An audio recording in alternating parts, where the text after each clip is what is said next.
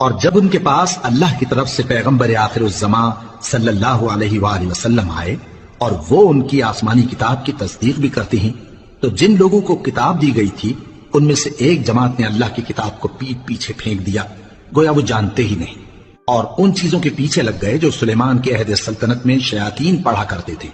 اور سلیمان نے مطلق کفر کی بات نہیں کی، بلکہ شیطان ہی کفر کرتے تھے کہ لوگوں کو جادو سکھاتے تھے۔ اور وہ یعنی بنی اسرائیل ان باتوں کے بھی پیچھے لگ گئے جو شہر بابل میں 2 فرشتوں یعنی ہاروت اور ماروت پر اتری تھی، اور وہ دونوں کسی کو کچھ نہیں سکھاتے تھے جب تک یہ نہ کہہ دیتے کہ ہم تو ذریعہ آزمائش ہیں، تم کفر میں نہ پڑو۔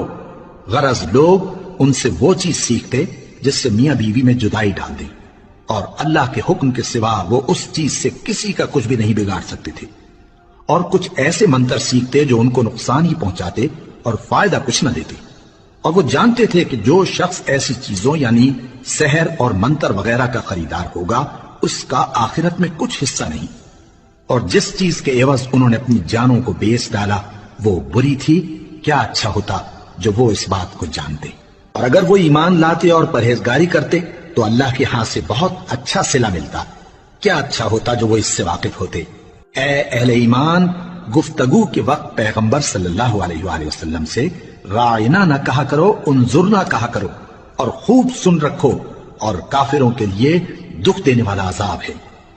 جو لوگ کافر ہیں، اہل کتاب یا مشرک، وہ اس بات کو پسند نہیں کرتے کہ تم پر تمہارے پروردگار کی طرف سے خیر و برکت نازل ہو، اور خدا تو جس کو چاہتا ہے اپنی رحمت کے ساتھ خاص کر لیتا ہے، اور خدا بڑے فضل کا مالک ہے۔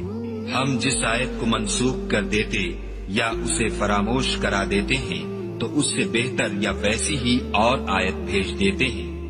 کیا تم نہیں جانتے کہ خدا ہر بات پر قادر ہے؟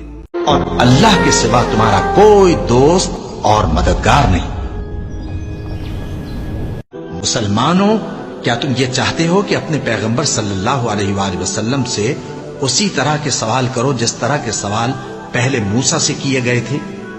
اور جس شخص نے ایمان چھوڑ کر اس کے بدلے کفر لیا تو یقیناً وہ سیدھے رستے سے بھٹک گیا۔ تو تم معاف کر دو اور درگزر کرو یہاں تک کہ اللہ اپنا دوسرا حکم بھیجے۔